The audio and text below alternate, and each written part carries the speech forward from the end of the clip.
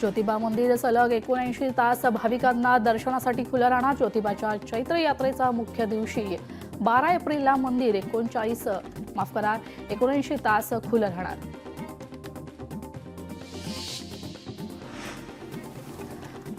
पंढरपूरमध्ये चैत्र एकादशी निमित्त विठुराया रुक्मिणी मातेची महापूजा। चैत्र एकादशीच्या सोहळ्यासाठी 4 लाख भाविक होणार दाखल।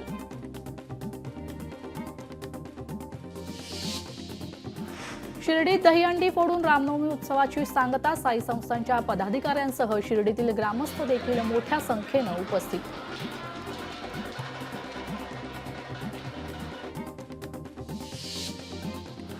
सर्व शाळांमध्ये घुमणार जय जय महाराष्ट्र माझा। शाळेचे दैनिक सत्र सुरू होण्यापूर्वी महाराष्ट्र गीत वाजवावं किंवा गावं, शासन निर्णयात नमूद।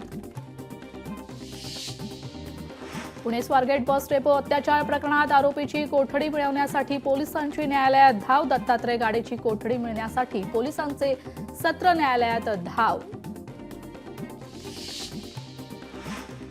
मद्यधुंद चालकाविरोधात थेट गुन्हा दाखल करा, मुंबई पोलीस आयुक्त अनिल कुबरेंच्या सूचना। कुणाल कामराच्या याचिकेवर आजची सुनावणी संपली। गुन्हा रद्द करण्याची कुणाल कामराची याचिकेद्वारे मागणी। या प्रकरणी पुढील सुनावणी 16 एप्रिलला होणार। मालेगावमध्ये भाविकांना पदयात्रेत अडथळा येऊ नये आणि कायदा सुव्यवस्थेचा प्रश्नासाठी रूट मार्च करण्यात आले। तर चैत्रोत्सवाच्या पार्श्वभूमीवर पोलिसांचा रूट मार्च। सरकारचा सामान्य जनतेला मोठा धक्का। स्वयंपाकघरातील गॅस सिलेंडर 50 रुपयांनी महाग। उज्ज्वला योजनेतील लाभार्थ्यांना एलपीजी सिलेंडर 550 रुपयांना, तर सामान्य लोकांना सिलेंडरसाठी 853 रुपये आता मोजावे लागणार। पश्चिम रेल्वेच्या मुंबई सेंट्रल विभागाने महसूल कमाईचा विक्रम नोंदवलाय। तर पश्चिम रेल्वेने तब्बल 4485 कोटी कमावले। एसी लोकलच्या फेऱ्यांमुळे महसुलात मोठी वाढ। राज्य सरकारच्या दुर्लक्षामुळे बेस्ट उपक्रमाला उतरती कळा। डिसेंबर अखेरीस बेस्टकडे 247 स्वमालिकीच्या बस उरण्याची शक्यता आहे। पुरेशा गाड्या उपलब्ध न केल्यास बेस्टचा प्रवास करताना गैरसोय होण्याची शक्यता आहे।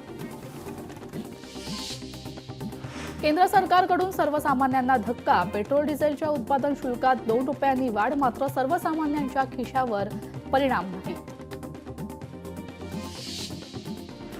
मुंबईत गुरुवारपासून टँकर असोसिएशनचा संप। मुंबई वॉटर टँकर असोसिएशनचा निर्णय। तर 15 एप्रिलपासून असोसिएशनने बेमुदत संपाचा निर्णय।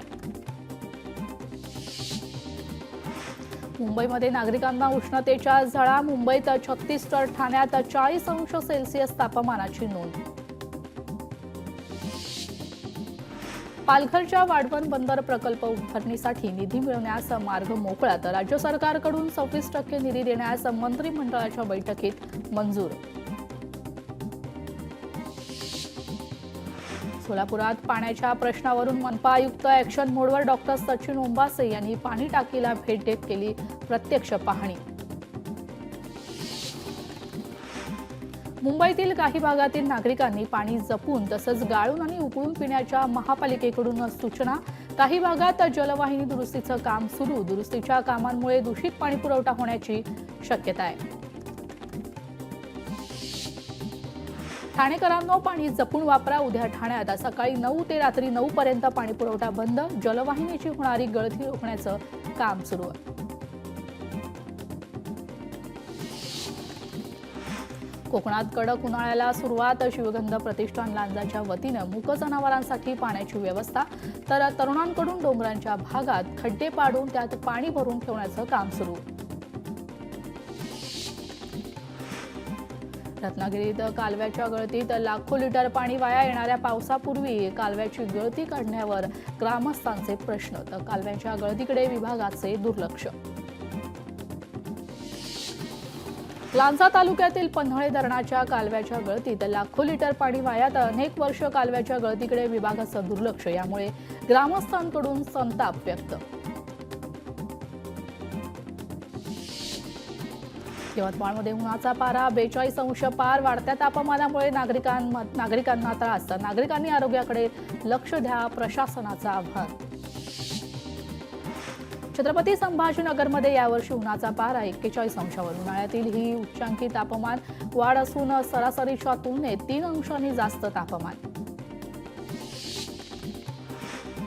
गडचिरोली जिल्ह्यात उन्हाचा तडाखा चांगलाच वाढलाय. पारा 41 अंशाच्या वर गेल्याने उष्माघाताचा फटका बसणाऱ्या रुग्णांवर उपचार करण्यासाठी उष्माघात कक्ष तयार.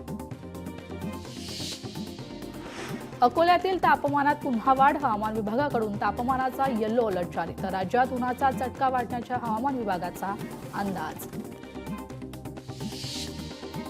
चंद्रपूरमध्ये तापमान 43 अंशावर. नागरिकांना या उन्हाचा मोठ्या प्रमाणात त्रास. एसटी महामंडळाच्या पालघर आगारातील बसेसची दुरावस्था. शिवशाही बसचं एसीचं वेंट उडून गेल्यानं प्रवाशांना. लोकशाही मराठी ऐका, पहा, जागरूक रहा.